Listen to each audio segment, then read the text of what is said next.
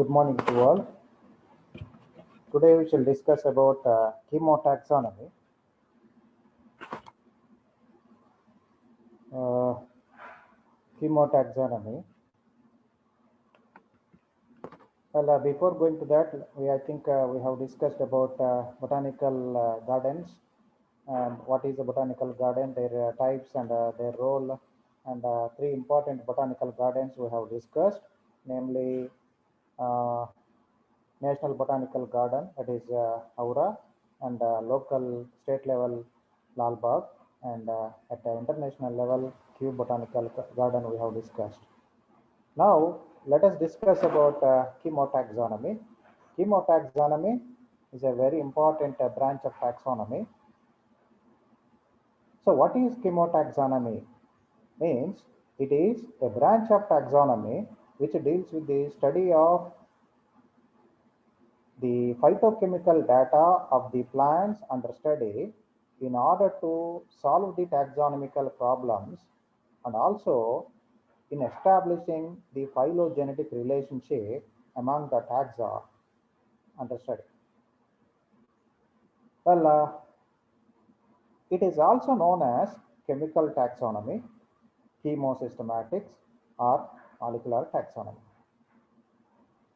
Usually, plants are having two types of metabolisms, the primary metabolism and the secondary metabolisms. The primary metabolisms are mainly responsible for the production of important metabolites in order to carry out the growth and development of the organisms like plants. The secondary metabolisms are aiming at the synthesis of different types of phytochemicals like alkaloids, steroids, flavonoids, phenols, and which are metabolically or physiologically not so important for the plants except in a defense mechanism. And these are very important secondary metabolites may be useful in taxonomy to solve the taxonomical problems and also to establish the phylogenetic relationship among the plants under our study. Well, if you look at the molecule size or biomolecule size of the plants, there are three types of molecules in each plant cell as well as whole plant body, namely the micromolecules whose molecular weight is usually 1,000 daltons or less than 1,000 daltons. Dalton is a unit is used to express the molecular weight of all biomolecules in living systems.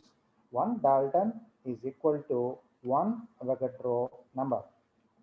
Well, these micromolecules molecular weight is less than 1,000 daltons or 10 kDa. The macromolecules molecular weight is greater or equivalent to 1,000 daltons or 10 kDa, greater than 10 kDa, that means. And miscellaneous molecules whose molecular weight is less than very less in daltons, like free or non-protein amino acids. So micromolecules, all alkaloids, steroids, glycosides, terpenoids, flavonoids, tannins, lignins, all these will come under micromolecular category.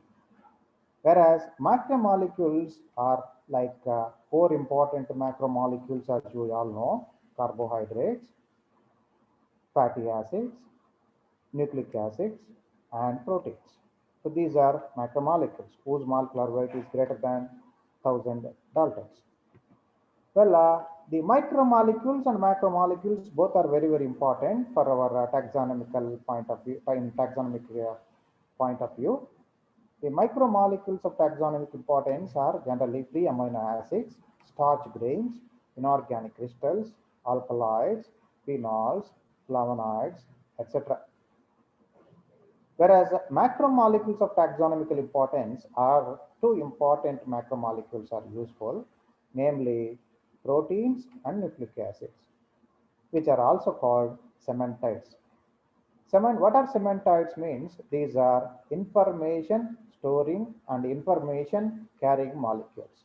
So DNA is the primary cementoid, RNA is the secondary cementoid, proteins are the tertiary cementoids.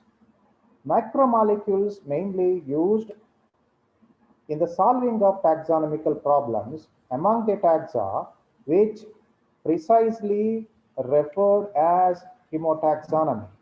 Well, these micromolecular data of the plants is useful to solve the taxonomical problems, also to establish the phylogenetic relationship, especially at family and order level, not below that.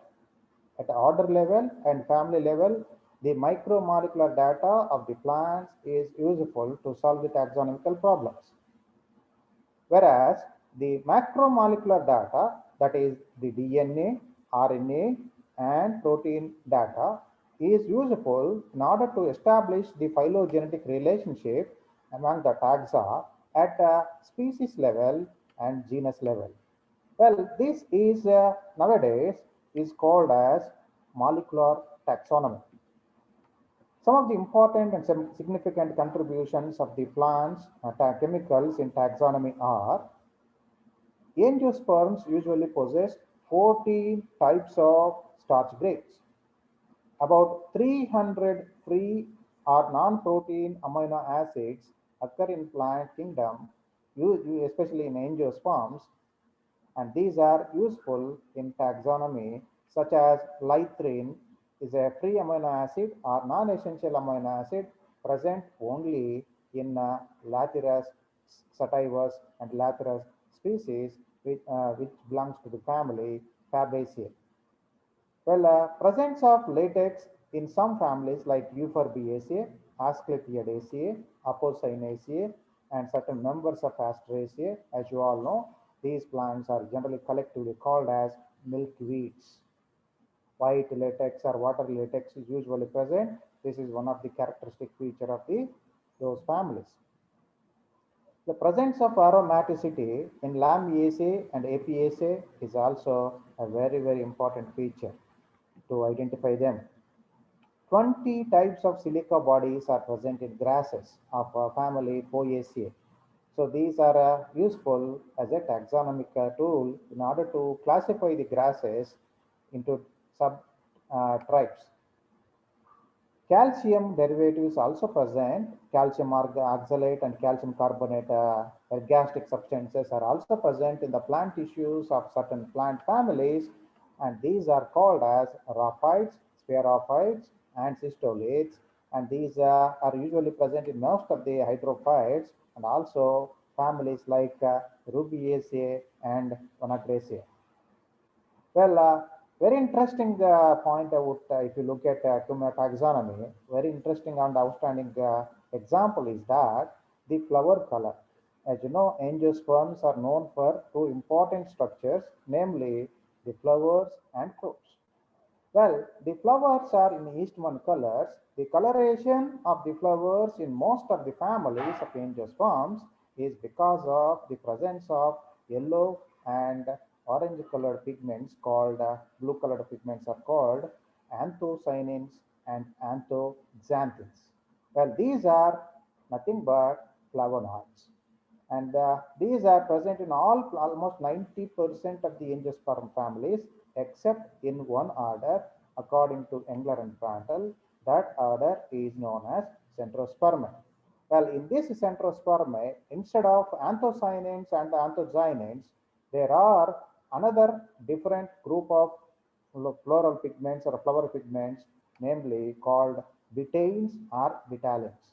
Well, these are nitrogen containing heterocyclic compounds, and there are three different types of betalins are present in flowers of certain families or certain plants, namely beta xanthin, beta cyanin, and phylocactin. So let us discuss.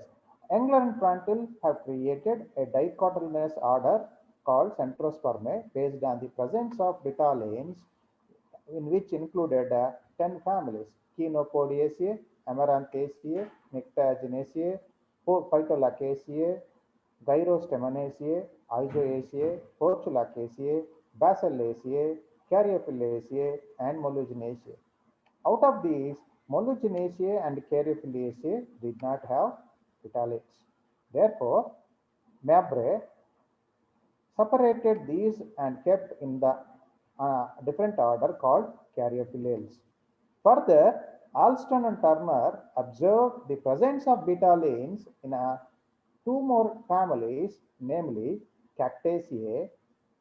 As you all know, Cactaceae is contained full of succulent spiny uh, plants, cacti, and like Opuntia delini.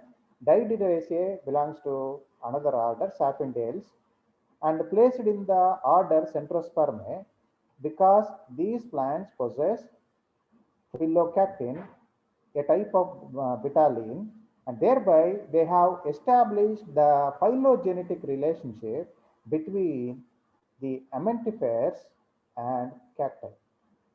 So this is how the chemotaxonomy is useful in order to solve the taxonomical problems and also to establish the phylogenetic relationship among the plants. Thank you.